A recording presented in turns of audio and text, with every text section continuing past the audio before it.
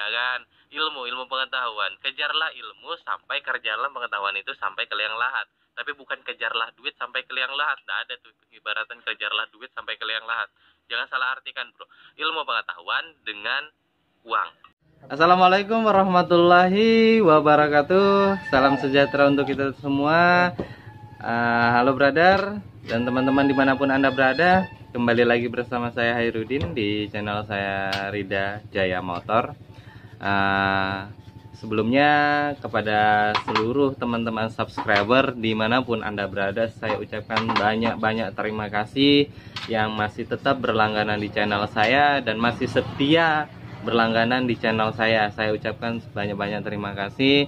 Dan juga saya mohon kepada teman-teman yang baru bergabung di channel saya untuk supportnya yang luar biasa dalam bentuk like, share tentang video-video saya, agar saya makin lebih bersemangat lagi ya, membuat konten-konten yang kreatif, konten-konten yang bernuansa ilmu pengetahuan yang dapat membantu teman-teman dalam menganalisa kerusakan bidang-bidang perbaikan kendaraan bermotor, dan juga analisa-analisa di bidang-bidang ilmu teknik. Dan juga saya bisa menyalurkan hobi saya di dalam hal berbagi ilmu pengetahuan di aku ngetak sih ya. Reviewnya nggak dapat. Tampangnya terbelah. Dari tadi tampangnya kebelah. Oke, brother, saya lanjut skip. Oke, buat teman-teman semua, kali ini agak sedikit berbeda. Saya mau memberikan pelajaran kepada dua anggota saya tentang beberapa ilmu yang berkaitan masalah engine. Dan saya mau lihat apakah mereka berdua, yang satunya sebelah sana yang namanya Ali Rohman, itu yang di pojok sebelah sini ya. Ini pas lurus tangan saya, ini sudah kurang lebih 1 tahun di tempat saya.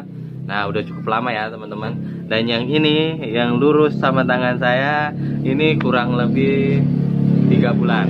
Nah, memang beda ya.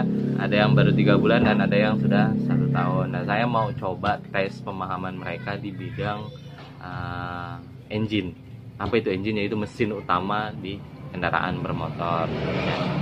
Saya mau coba review apakah sebelumnya mereka pernah pahami, dan juga selama di bengkel ini berapa kali saya overhaul, overhead, dan bongkar engine, mereka paham atau tidak tentang apa yang saya lakukan, apa yang saya kerjakan, mereka paham atau tidak.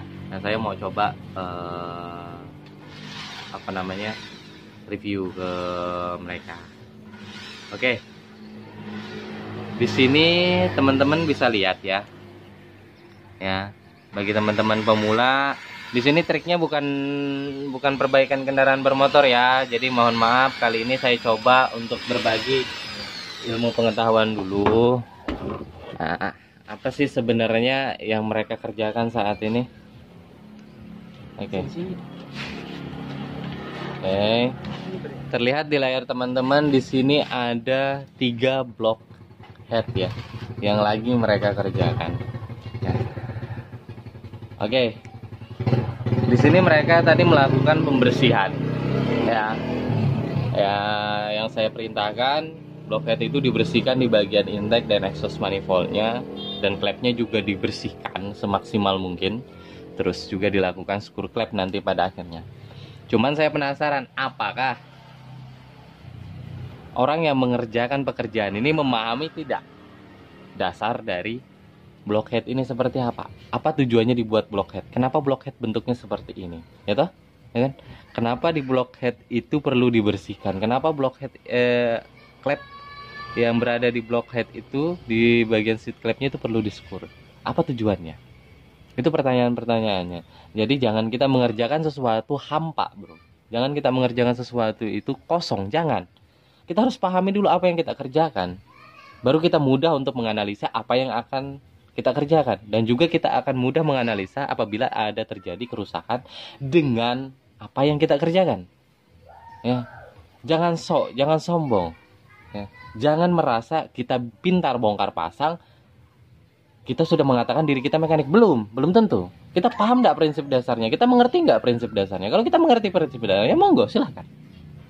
Anda mengatakan diri Anda mekanik yang profesional, silahkan.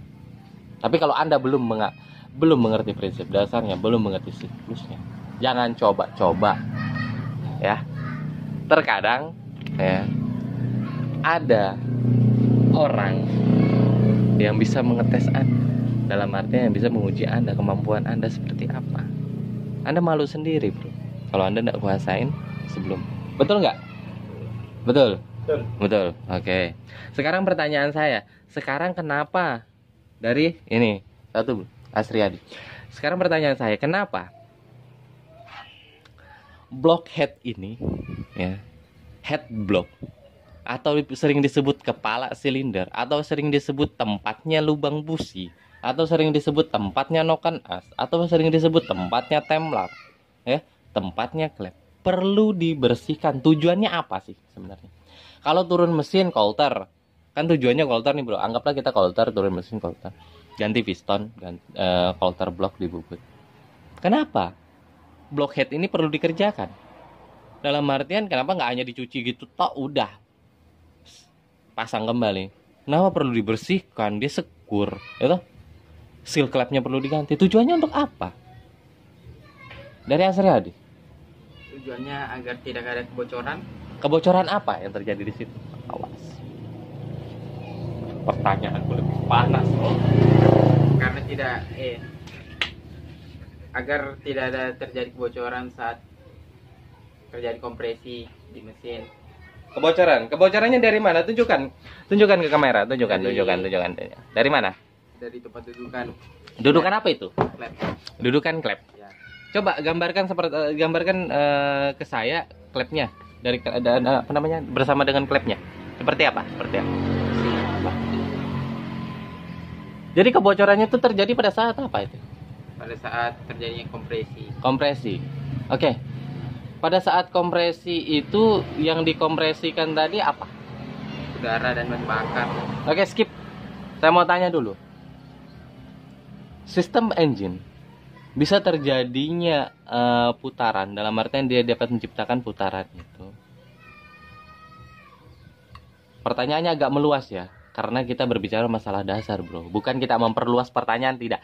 Saya ingin anak buah saya paham, mengerti ya, dasar-dasar komponen mesin, dasar-dasar prinsip kerja dari mesin, bukan hanya taunya klep ini tujuannya supaya tidak ada kebocoran. Dasarnya kenapa nggak ada kebocoran itu kenapa? Oke, tidak ada kompresi. Sekarang pertanyaan saya, langkah kompresi itu tepatnya di mana? Setelah apa? Dan sebelum apa? Setelah langkah hisap, sebelum langkah buang. Langkah-langkah itu terjadi di engine dengan seri, dengan sistem kerja, dengan dasar prinsip kerja. Engine apa itu? Yang sering kita kenal dengan engine 4 tak atau 4 stroke. Ya, bahasa Inggrisnya 4 stroke ya. Oke, 4 tak ya. Itu dasarnya ya. Oke. Pada langkah kompresi dia harus klep itu harus menutup sepenuhnya. Posisi in aja atau X juga? Dua-duanya. Tunjukkan dong dua-duanya. Jangan satu aja ditunjukin. Tertutup. Pada langkah kompresi, dua-duanya tertutup. Dua-duanya tertutup secara apa tertutupnya? Secara rapat. Rapat. Ya. Rapat. Tidak. Oke. Apabila di situ masih ada kotoran atau kerak, klep itu menutup dengan sempurna atau tidak? Tidak. Walaupun sudah dipasang spring klepnya, sudah dieratkan. Ya. Kenapa? Karena masih ada janggalan dari dudukan klepnya. Ya. Oke. Sip. Oke, pertanyaan yang kedua, kenapa harus dilakukan skur klep? Karena untuk merapatkan lebih rapat lagi klepnya. Kok lebih rapat lagi klepnya? Supaya tidak ada kebocoran. Yakin? Kan tadi sudah rapat nih ceritanya. Kenapa harus dilakukan skur klep? Masa untuk merapatkan? Tujuannya skur klep itu apa sebenarnya? Kenapa screw klep itu harus kita lakukan? Pekerjaan screw klep itu gini ya teman-teman ya. Pekerjaan screw klep itu mudah. Tapi efek samping dari pekerjaan screw klep, hasil dari pekerjaan screw klep itu sangat mendominasi hasil pekerjaan kita maksimal atau tidak. Dominasinya adanya di screw klep. Stabilizer gas pada saat putaran bawah, tingkat kompresi yang tinggi, hasil tenaga mesin yang tinggi itu adanya di screw klep semua. Kenapa? Karena larinya ke masalah kompresi, ya. Oke. Jadi pertanyaan saya, kenapa harus adanya screw klep? Kenapa setelah dibersihkan, coba buka klepnya. Oke, setelah dibersihkan seperti ini, dibersihkan seperti ini, diamplas. Kenapa tidak langsung dipasang aja? Kenapa perlu dilakukan screw klep lagi? Pertanyaannya kenapa? Jawab. Karena apabila tidak di-screw akan terjadi kebocoran lagi. Kebocorannya dari mana? Kan tadi udah dibersihkan. Dari sisi Mainkan logikanya, mainkan logika. dari sisi dudukan klep sini. Oke, saya jelaskan sedikit ya. Jadi pada saat kita bersihkan, ya, ini bagian seat klepnya kita bersihkan, bagian klepnya kita bersihkan. Kelihatan secara visual ini maksimal kita bersihkan tuh ya bro ya. Kelihatan secara visual mau maksimal, mengkilat bro, dibersihkan udah. Tapi kita tahu atau tidak, bagian dari derajat, fokus, bagian derajat seat klep, bagian klep ini dan bagian derajat dari, angkat ke atas sering, fokus seat klep yang di sini, ya, sama atau tidak? Dalam artian kotoran atau grit yang berada di klep ini, ya,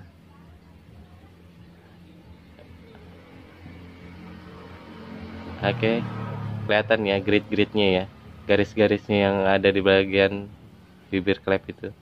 Nah, ya, itu porsinya sama atau tidak di bagian seat klep? Ya. Kalau dia sama,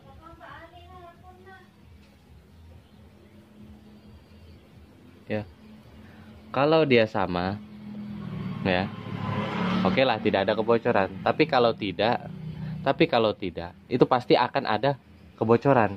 Nah, daripada kita duga-duga bro, mending kita pastikan saja, kita lakukan penyekuran klep. Penyekuran klep itu tujuannya untuk memastikan derajat dari klep tadi, dari bibir klep, dan juga grit-grit yang dari bibir klep itu betul-betul porsinya duduk rata di bagian seat klep. Dan juga memastikan tidak ada kotoran, kerak sekecil apapun atau porosity sekecil apapun yang ada di bagian bibir klep ini, ya. Jadi betul-betul rata, betul-betul mulus bro. Ini kan masih ada gritnya bro. Kalau saya fokus kelihatan nih ada grit-grit kotorannya. Coba turunkan itu fokusnya bro. Oke, nah ini itu tujuannya dari screw klep. Jadi satu, untuk memastikan klep ini duduk dengan sempurna bagian seat klep. Dua, untuk menghilangkan kotoran yang terkecil, porosity ya. Makanya saya sebut porosity itu kenapa? Kotoran yang sangat terkecil, bagian celah-celah yang terkecil. Makanya kita lakukan penyukuran klep. Memang tujuannya untuk merapatkan, memang. Tetapi bukan hanya itu, ya. Ini sudah rapat, tapi apakah kita tahu rapatnya itu seberapa sempurna? Tidak, kita tidak tahu. Jadi untuk memastikannya ya screw klep, supaya betul-betul porsinya betul-betul rapat. Oke. Terus selanjutnya, next, itu di bagian klep ya. Oke. Satu pertanyaan saya kepada Mister yang satu ini. Dari tadi dia santai. Tadi di sebelah sudah saya tanyakan, yang kurang lebih 2 bulan masuk pemahamannya tentang kenapa harus di screw klep, kenapa harus dibersihkan. Itu poin-poinnya harus ada bro. Ya. Jadi gini. Oke. Pertanyaannya agak sedikit berbeda ya. Kita tidak lagi membahas tentang ini blockhead ya. Tapi pertanyaannya tentang analisa. Karena dia udah 1 tahun sama saya. Saya genjot anak buah saya berpikir secara rasional, berpikir secara keras, fokus. Bukan hanya taunya bongkar pasang tok. Biar anak SD juga bisa, bro. Ya. Anak SD juga bisa bongkar pasang tok. Anak SMP juga bisa. Tapi mereka belum tentu bisa analisa. Daya tangkap, pemikiran, ya. Prinsip kerja, dasar dari sistem kerja itu belum tentu tahu. Nah, itu yang perlu diketahui. Karena itu modal untuk kita menguasai setiap ilmu pengetahuan apapun itu. Kalau sudah kita tahu prinsip dasarnya engine, secara otomatis kita akan mengetahui cara kerja. Secara otomatis juga kita akan mudah memahami cara pemasangan, langkah pemasangan, ya loh. Langkah pelepasan seperti apa supaya tidak merusak komponen. Secara otomatis kita akan tahu. Yang penting kita udah tahu prinsip dasar kerjanya seperti apa, sistem kerjanya seperti apa, kita akan udah paham. Biar mau engine itu dirubah, disulap sejenis pesawat tempur, sama juga engine juga tulisannya, sama. Sistemnya engine juga. Ada langkah isap, langkah buang, langkah kompresi, ada. Kita masih berbicara di 4 langkah, bro ya. Update 2018. Ya. Kenapa saya bilang seperti itu? Karena sekarang ada pengembangan engine di luar negeri itu 5 langkah. Ada pengembangan engine untuk gasolin, ya. Kita tidak berbicara tentang diesel ya, gasolin. Oke. Sekarang pertanyaan saya.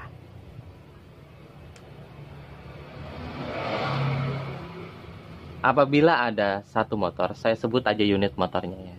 Mio Soul GT, mati total. Datang ke bengkel. Ya. Apa yang paling pertama kamu pikirkan dan kamu analisa tentang kendaraan tersebut, kenapa dia mati total?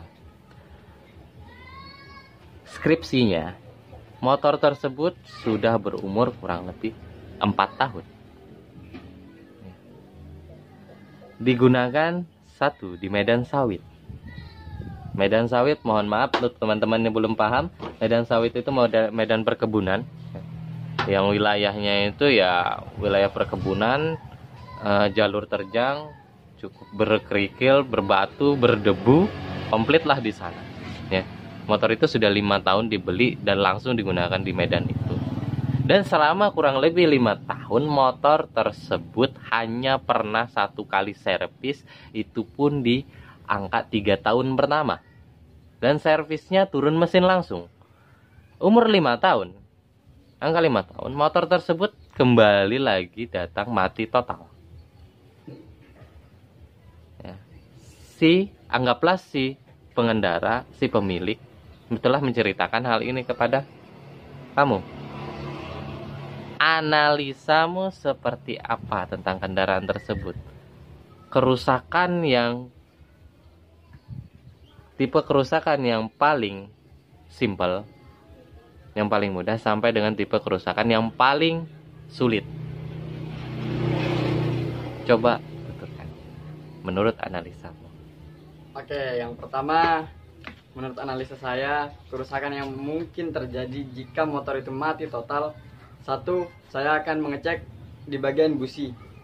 Karena walaupun ada kompresi, walaupun ada bahan bakar yang masuk, tapi kalau busi itu mati atau tidak ada percikan di busi, motor itu tidak akan bisa menyala.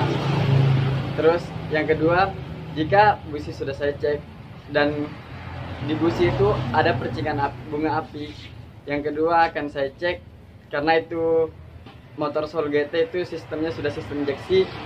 Saya akan mengecek di bagian pompa injeksi. Pompa injeksi karena untuk membangkitkan nyalanya motor itu membutuhkan 1, bunga api dari busi, terus yang kedua membutuhkan bahan bakar. Dan bahan bakar itu disuplai oleh pompa bahan bakar yang ada di dalam tangki.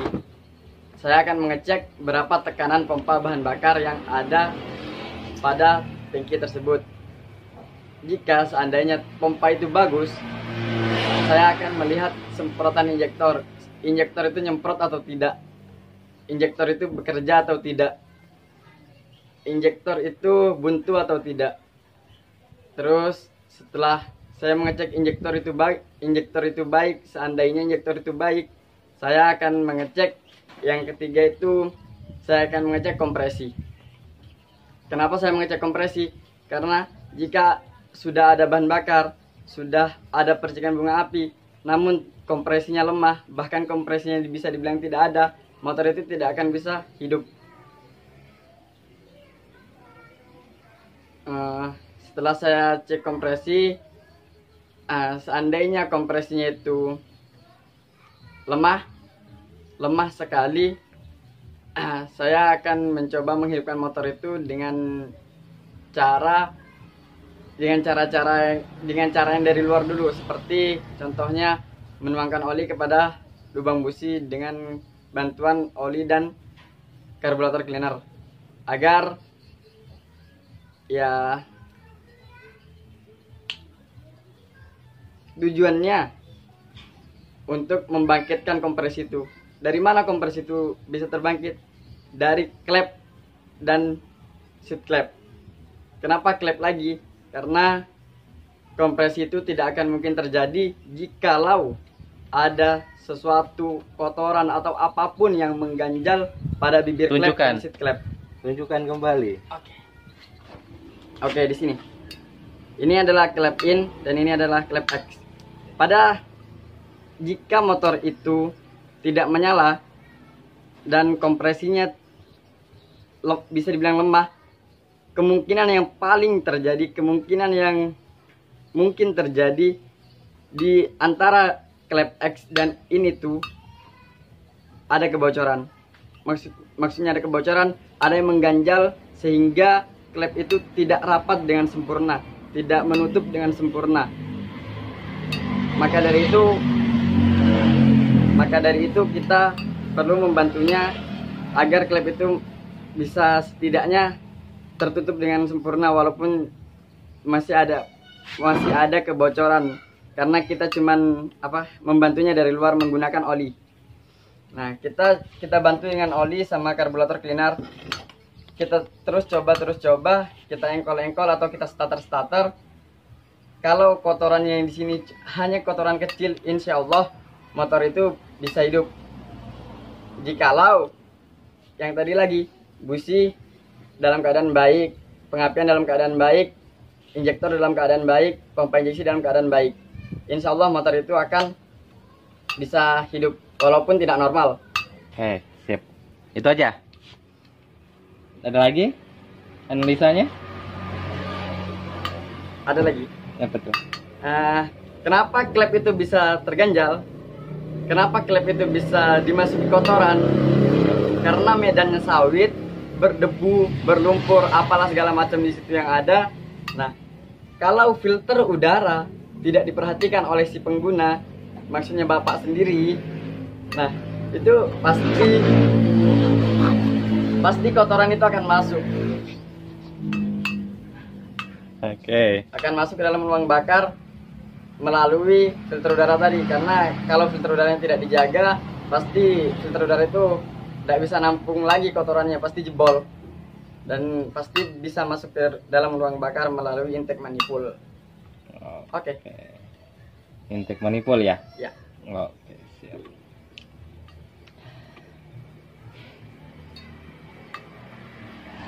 Satu pertanyaan lagi.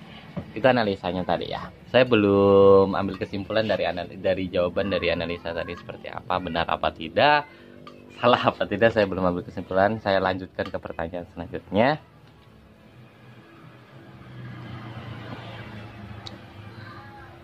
Mio Soul GT itu bisa dikatakan sistemnya udah modern. Betul ya? Betul. Karena dia sudah menggunakan sistem suplai bahan bakar pada kendaraan tersebut itu sistemnya dia menggunakan VGFI, dalam artian sudah menggunakan sistem fuel injection FI ya. Pertanyaannya,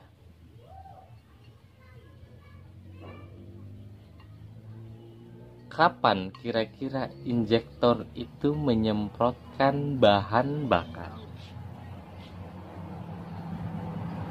Dan kapan kira-kira pengapian itu atau letikan bunga api busi itu meletik? Kira-kira kapan? 1. Kapan kira-kira injektor menyemprotkan bahan bakar? 2. Kapan bunga api meletikan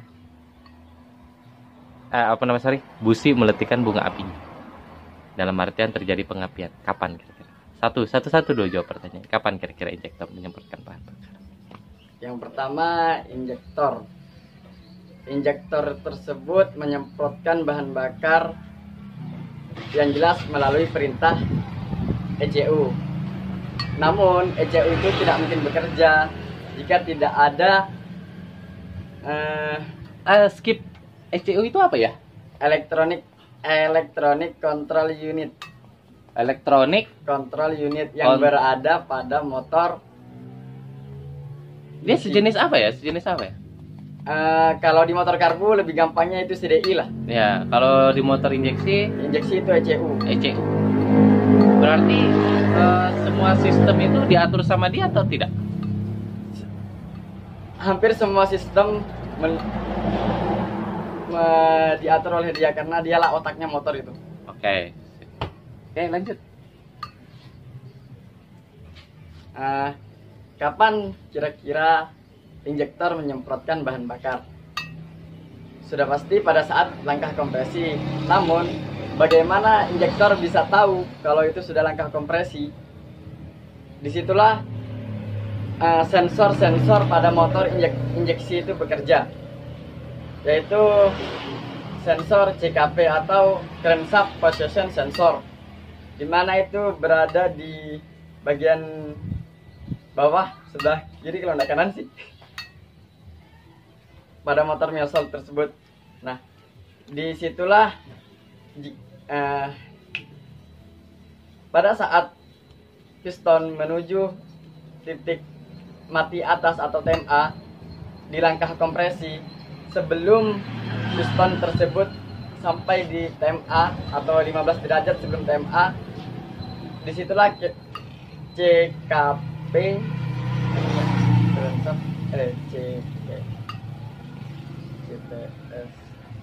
disitulah crankshaft position sensor memberikan sinyal atau tanda menuju ke ECU untuk memerintahkan injektor menyemprotkan bahan bakar ke ruang bakar. Sudah. 1. Yang kedua, kapan terjadinya letikan bunga api busi? Menurut saya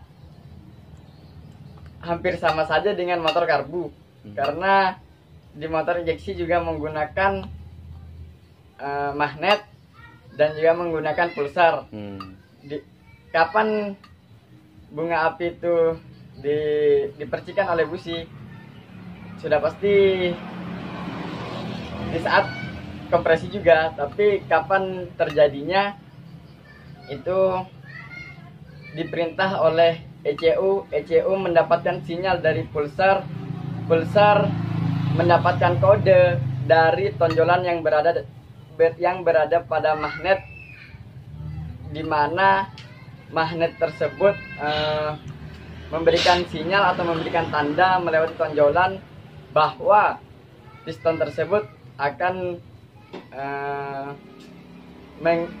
mencapai titik mati atas pada langkah kompresi. Sudah. Itu aja. Menurut saya itu. Menurut kamu itu?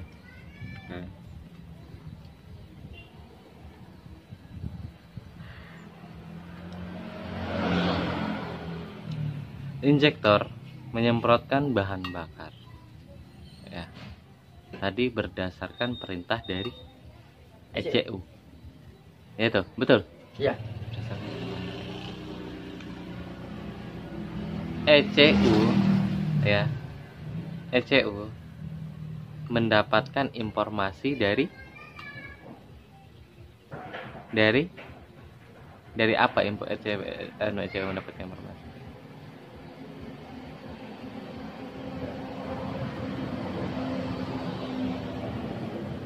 CPS. CPS, nggak ada CPS di situ. Apa itu CPS? Anu, karena bisa perception sensor. Cika. Apa sih namanya? Apa ya namanya?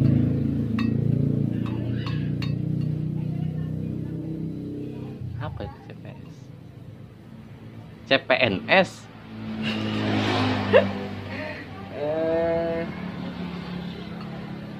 Oke, skip. Sensornya lah intinya. Sensor apa namanya?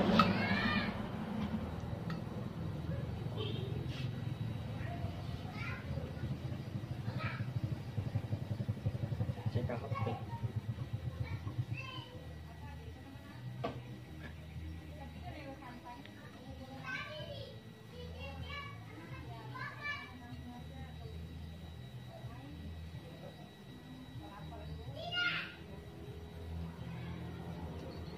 Lupa nama sensornya. Oke, jadi gini, durasinya udah 31 menit lagi. Jadi gini, singkat aja saya jelaskan ke kamu. Analisa yang kamu lakukan, langkah yang kamu lakukan udah tepat, ya sudah benar. Hanya saja dari pekerjaan-pekerjaan tersebut, dari analisa-analisa tersebut, di dalam dunia perbengkelan, apalagi kita di dalam dunia usaha, kita harus memahami lawan dari pekerjaan kita. Apa lawan dari pekerjaan kita? Komponennya, objeknya, sama subjeknya juga. Subjeknya itu siapa? Ya pemilik kendaraan.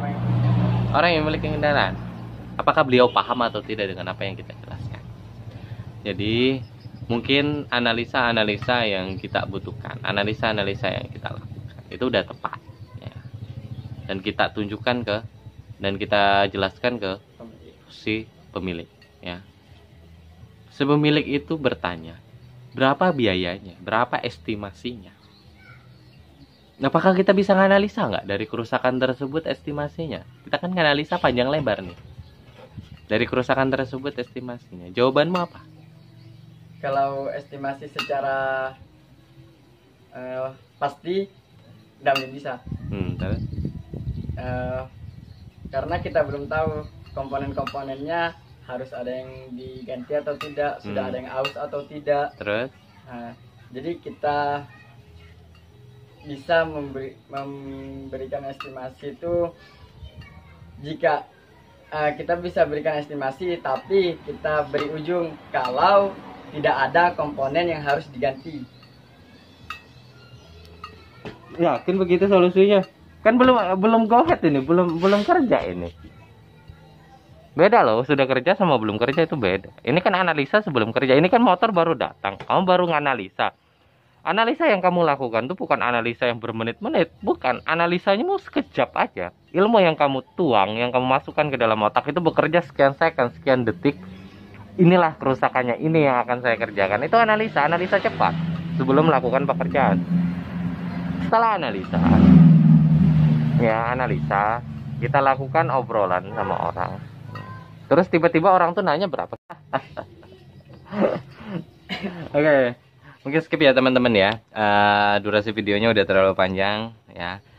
Mungkin sekitar segitu aja dulu. Saya tunjukin ke teman-teman ya tentang beberapa analisa kerusakan kendaraan ya sebagai metode pembelajaran kepada anak buah saya, dan juga sebagai metode pembelajaran juga kepada teman-teman tentang beberapa hal yang berkaitan masalah kerusakan pada engine. Itu baru sekian persennya aja, masih banyak hal-hal yang kemungkinan yang berkaitan masalah engine yang belum kita bahas. Itu hanya sebagai contoh aja. Jadi saya sambung sedikit. Tadi saya tanya kepada anak buah saya, mengapa ya bagaimana caranya kalau seandainya si customer yang pemilik kendaraan itu menanyakan estimasi harga. Kita sudah melakukan analisa negosiasi. Jawaban kita seperti apa? Simpel sebenarnya jawaban. Pak, saya tidak bisa memberikan estimasi berapa pembiayaan yang akan Bapak keluarkan di motor sebelum saya melakukan langkah pengecekan lebih lanjut. Saya melakukan analisa, ya, saya memberikan analisa saya, memberikan gambaran saya tentang kerusakan tersebut sesuai dengan histori dari kendaraan ini, sesuai dengan medannya, jalurnya, medan tempurnya, histori kerusakannya, histori perbaikannya. Makanya saya berikan analisa saya. Tapi untuk memastikan komponen-komponen yang rusak, komponen-komponen yang bermasalah, dan apa saja yang harus saya lakukan agar motor Bapak kembali normal, ya, seperti sedia kala, itu saya harus melakukan pengecekan. Setelah saya melakukan pengecekan, nanti sebelum saya melakukan perbaikan lebih lanjut dan juga melakukan pergantian alat, saya akan menghitung estimasi biaya perbaikannya kepada Bapak. Itu kan lebih lengkap. Brother, teman-teman dimanapun Anda belajar, kita semua belajar di sini. Tidak ada orang yang cerdas, tidak ada orang yang paling pintar, tidak ada orang yang luar biasa pintarnya, bahkan dia tidak mau belajar lagi. Karena hakikatnya pada dasarnya orang yang cerdas itu adalah orang yang tidak pernah berhenti untuk belajar. Orang yang pintar itu adalah orang yang tidak pernah berhenti untuk menggali ilmu pengetahuan. Walaupun dia sudah tahu, walaupun dia sudah berilmu, walaupun sudah dia kaya, dia tidak akan berhenti untuk menggali ilmu pengetahuan. Jangan kalau sudah kaya, makin kaya, jangan juga begitu bro. Kalau itu nggak ada puasnya di dunia kan. Ilmu pengetahuan, kejarlah ilmu sampai kerjalah pengetahuan itu sampai ke liang lahat. Tapi bukan kejarlah duit sampai ke liang lahat. Nggak ada tuh pengibaratan kejarlah duit sampai ke liang lahat. Jangan salah artikan bro. Ilmu pengetahuan dengan uang itu beda. Uang dengan ilmu pengetahuan itu beda. Ya, nggak ada itu pengibaratan tuh kejarlah harta sampai ke liang lahat, nggak ada. Tapi kalau kejarlah ilmu, ada. Itu ilmu. Makanya orang cerdas, orang pintar itu dia tidak pernah merasa dirinya pintar. Dia tidak pernah puas dengan ilmu ilmu pengetahuan yang dia miliki. Dalam artian dia tidak pernah sombong dengan ilmu pengetahuan dia miliki. Dia selalu mau belajar, menambah dan menambah ilmu pengetahuannya, dan selalu ingin berbagi tentang ilmu pengetahuannya. Karena ingat, ketika kita berbagi tentang ilmu pengetahuan, itu bukan malah ilmu kita berkurang, tapi malah bertambah. Kita kembali mengulas ilmu pengetahuan tersebut, secara otomatis ilmu tersebut akan lebih lengket, lebih mudah kita pahami. Anggaplah kita menghafal sebuah makalah atau buku. Semakin sering kita menghafalnya, semakin sering kita membacanya, semakin mudah kita mengingatnya, semakin mudah juga otak kita mencari kata-kata yang berada di dalam makalah tersebut. Tersusun rapi di dalam otak kita, karena semakin sering kita membaca. Tapi semakin jarang kita membaca, semakin susah juga kita untuk menganalisa. Oke, brother. Mungkin sampai di sini dulu video dari saya. Saya ucapkan banyak terima kasih kepada teman-teman yang setia menonton sampai akhir, dan juga saya ucapkan teman-teman terima kasih kepada teman-teman yang masih setia subscribe dan berlangganan di channel saya. Yang belum subscribe, saya mohon teman-teman klik tombol subscribe-nya, dan juga jangan lupa like dan share video saya supaya bisa bermanfaat buat banyak orang. Ya, next video saya akan bahas tentang beberapa tutorial lagi. Mudah-mudahan masih diberikan kekuatan sama Allah sama Tuhan Yang Maha Kuasa, ya kan? Masih diberikan kesehatan dan diberikan umur yang panjang. Kita dapat berjumpa di lain video lagi. Oke, kurang lebihnya saya mohon maaf. Assalamualaikum warahmatullahi wabarakatuh.